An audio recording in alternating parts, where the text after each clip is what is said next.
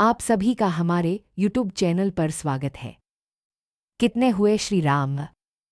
एक दिन श्री राम सिंहासन पर विराजमान थे, तभी उनकी अंगूठी गिर गई। गिरते ही वह भूमि के एक छेद में चली गई।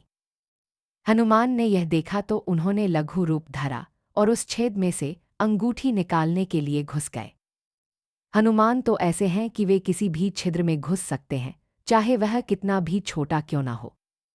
छेद में चलते गए, लेकिन उसका कोई अंत दिखाई नहीं दे रहा था। तभी अचानक वे पाताल लोक में गिर पड़े। पाताल लोक की स्त्रियां कोलाहल करने लगी, अरे देखो देखो, ऊपर से एक छोटा सा बंदर गिरा है। उन्होंने हनुमान को पकड़ा और एक थाली में सजा दिया। पाताल लोक में रहने वाले भूतों के राजा को जीव जंतु खाना पसंद था, इसलिए छोटे से हनुमान जी को बंदर समझकर उनके भोजन की थाली में सजा दिया। थाली पर बैठे हनुमान पसोपेश में थे कि अब क्या करें।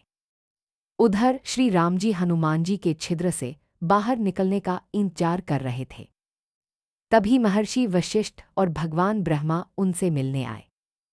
उन्होंने श्री राम से कहा, हम आपसे एकांत में वार्ता करना चाहते हैं। हम नहीं चाहते कि कोई हमारी बात सुने या उसमें बाधा डाले। क्या आपको यह स्वीकार है? प्रभु श्री राम ने कहा, स्वीकार है। इस पर ब्रह्मा जी बोले, तो फिर एक नियम बनाएं, अगर हमारी वार्ता के समय कोई यहाँ आएगा तो उसका शिरोच्छेद कर दिया जाएगा। प्रभु श्री राम ने कहा, जैसी आपकी इच्छा। अब सवाल यह था कि सबसे विश्वसनीय द्वारपाल कौन होगा जो किसी को भीतर न आने दे। हनुमान जी तो अंगूठी लेने गए थे। ऐसे में श्री राम ने लक्ष्मण को बुलाया और कहा कि तुम जाओ और किसी को भी भीतर मत आने देना। लक्ष्मण जी को भली भांति समझाकर श्री राम ने द्वारपाल बना दिया। लक्ष्मण द्वार पर खड़े थे, तभी महर्षि विश्वामित्र वहां आए और कहने लगे, मुझे श्री राम से शीघ्र मिलना अत्यावश्यक है, बताओ वे कहाँ हैं। लक्ष्मण ने कहा, आदरणीय ऋषिवर, अभी अंदर न जाए, वे कुछ और लोगों के साथ अत्यंत महत्वपूर्ण वार्ता कर रहे हैं। विश्वामित्र ने कहा, ऐसी कौन सी बात है जो श्री राम मुझसे छुपाए। विश्वामित्र ने पुनः कहा, मुझे अभी के अभी अंदर जाना है। लक्ष्मण ने कहा, आपको अंदर जाने देने से पहले मुझे उनकी अनुमति लेनी होगी। विश्वामित्र ने कहा, तो जाओ और पूछो।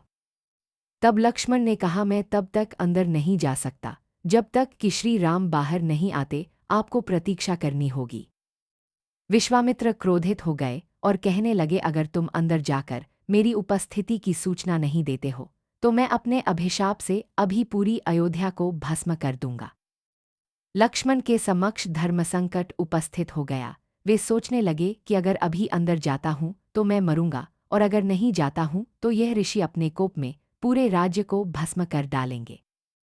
फिर लक्ष्मण ने सोचा कि ऐसे में बेहतर है कि मैं ही अकेला मरूं, इसलिए वे अंदर चले गए। श्री राम ने पूछा, क्या बात है? लक्ष्मण ने कहा, महर्षि विश्वामित्र आए हैं। श्री राम ने कहा, अंदर भेज दो।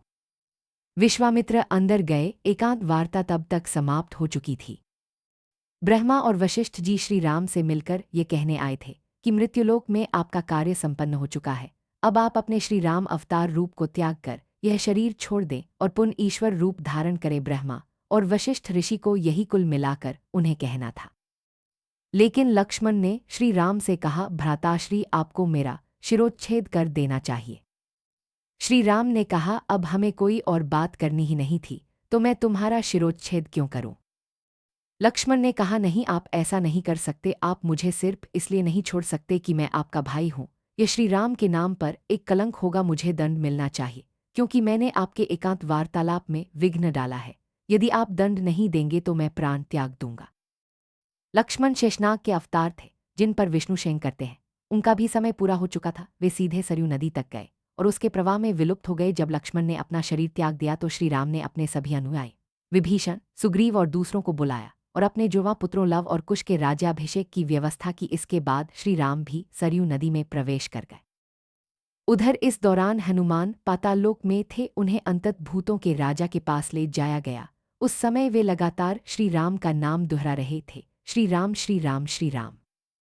भूतों के राजा ने पूछा, तुम कौन हो? हनुमान जी ने कहा, मैं हनुमान।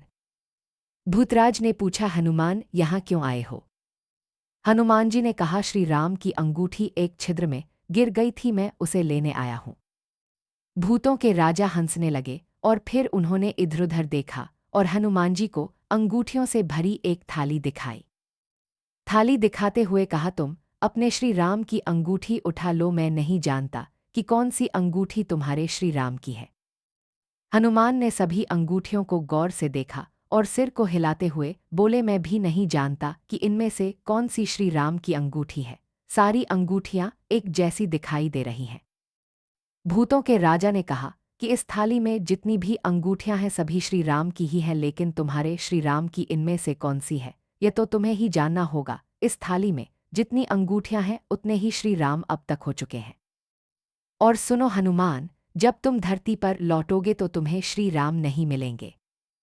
श्री राम का यह अवतार अपनी अवधि पूरी कर चुका है।